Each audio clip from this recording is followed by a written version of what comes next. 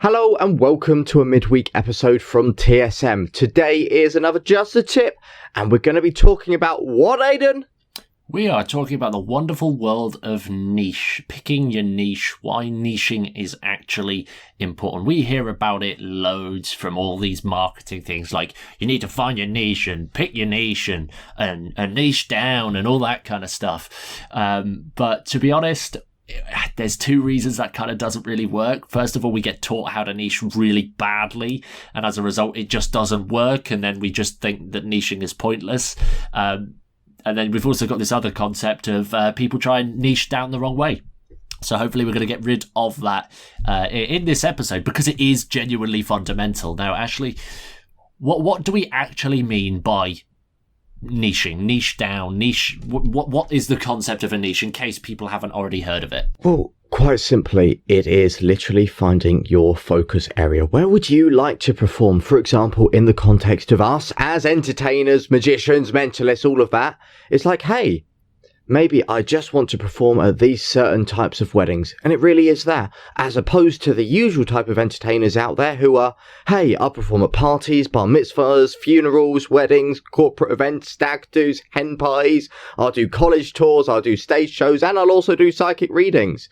Literally niching down, finding your niche, is saying, hey, I see all of these opportunities out there, but I literally just want to focus on this one specific area and really become an expert and the best entertainer in that area. Quite simply that. Yeah, it's a really interesting concept to actually start finding out and streamlining what it is that you're actually doing, and going small, because at the end of the day, every market is very different. Like the college market is very different to the wedding market, and the wedding market is very different to the corporate world. And the corporate world is, again, very different to public shows, like public stage events and all that kind of stuff. And like everywhere you go, it's going to be different, and it's going to require not just a complete marketing change, but there's so many nuances that you have to learn and implement. For example, like the language that you use in the wedding world and the approach that you take, it's going to be very different to the language and the style of, let's just say, copy on a website, for example. A very different style to that of a corporate page, or that to a private event, because the event and the nature is actually different. And there's kind of two elements to a niche, and we'll come to this in a little while. There's a question that we like to ask called the one show prophecy, but which is really important. But just to make it sort of clear, I heard a great marketer talking about the concept of niche the other day, and he gave the analogy of like a fishing net. And I want you to imagine that we're all fishermen, or fisher women, or fisher people, or just not magicians for a second. And it gave this great concept that we have a net and we can throw that out into the ocean and use that to catch fish. Obviously, in our case, the net is just our work, time, energy, resources, and the fish are just the opportunities and like the gigs, if you like. Now, we can throw that net really, really wide. We can throw that net absolutely humongous, because theoretically, the gig to opportunity ratio is much bigger. Like, we've got way more gigs there, theoretically. But what happens to the size of the holes in the net when you throw a really big net and you stretch that net out?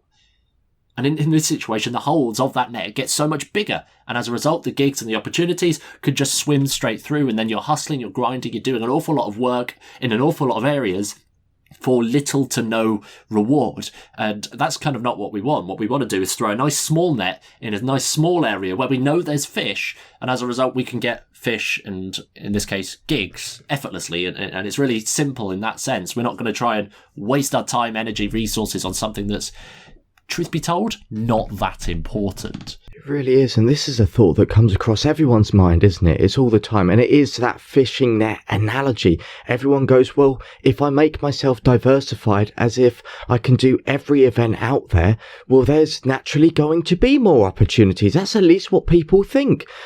They're going to be like, well, more people will come to me. I'll be able to do those events. I'll be able to market myself to all of these places, and I'll be able to get more. Theoretically, that's a logical point in people's minds, but you've hit the nail on the head.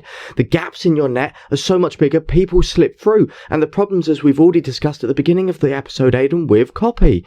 Your website is just becoming a bit bland. People are going to land on it and go, oh, they just kind of do everything, as opposed to landing on, for example, your website, Aidan, and people going, well, this guy is an expert in weddings. Like, clearly he is the guy. He is the one. If someone's looking for a wedding, they're more likely to go for you because you are an expert in that niche.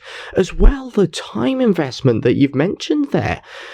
So many people say, yeah, I'll be able to do more, but if you've got to market yourself for weddings, corporates, funerals, bar mitzvahs, the list goes on and on and on, your time is your most valuable asset and you've only got so much of it. And now you're splitting it between these 5, 6, 7, 8, 9, 10, 20 different markets.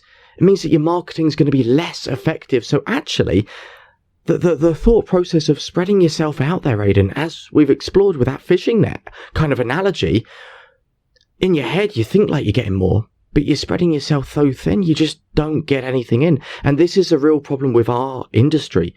Everyone out there is doing that. Everyone out there is trying to catch as many fish as possible, but they're letting so much slip through, and it's a real big problem. At the end of the day, it comes down to that focus from us. Like, what do we actually want to be doing? And if we want to be doing 101 different types of events, or we're up for 101 different type of events, it means that we've got to go ahead and do 101 different type of events worth of process, whether that's, and marketing is just one very small example of the much bigger picture. Like, it becomes very difficult to actually focus on what you want to do. And there's two elements, we hinted at it earlier, but there's two elements to a really great niche, and that's actually who your client, your ideal target client is, and also what it is that you do. Like, if one of them is really specific, the other can get away with being a little bit more broad. But we have this question called the one show prophecy question, and we've been coaching it for years. It's genuinely profound, and it quite simply reads like this, and I want you to think about this as we're actually saying it right now, because there's probably going to be some answers that pop to mind, and if there are, jot them down, write them down, because these are the people that are going to move you to the next step, and these are the types of gigs that you are naturally drawn to, and you want to actually go and do those instead. But the question is quite simple, and it's, if you could meet one client that would pay you infinitely and fill your diary with just one type of gig, who would that person be, and what events would you do? And there's a lot of psychology going in there, and we won't dissect the whole thing right now, but the point here being is, like, who is that one client? And get really clear on that person, not just, they're a couple getting married. Because A, that's two people, that's not one client, that's two people. And B, it's still way too broad. It's still very big picture, but what you want to do is you want to get really specific on who you help and who you're actually performing for and serving in this situation, and also really clear on how you're doing that, what it is that you're actually doing. Because if you want to go and do stage and you're hustling away close up at weddings, and actually your one client is like a CEO of some business somewhere that does, and you want to go and do stage, it's like, one of these opportunities is much more simple to actually chase and go after.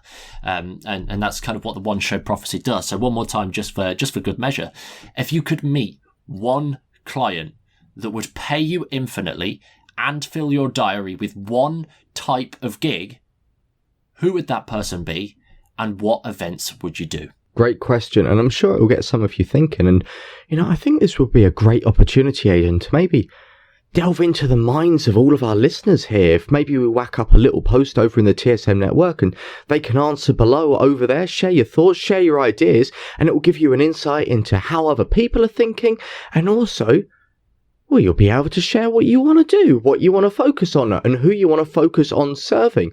Join us, join our world, come over into the TSM network, share that. We'll be able to share a link of a post in there, but if you're not already a member in our community, well, Aidan, how can they join our world? How can they join in with all of these wonderful discussions with all of the other magicians and mentalists? Well, all you need to do is head over to thesuccessfulmentalist.com/community. You'll be able to pop your name and email address in there, and we'll send you all the details to sign up and join the community. It's totally free, totally fun, and totally fantastic. Totally rad. There you are. Well, that's been another awesome Just a Tip episode. As always, my name's Ashley. That's been Aidan. And remember, hop over, say hi, have a chat, and we'll see you guys soon.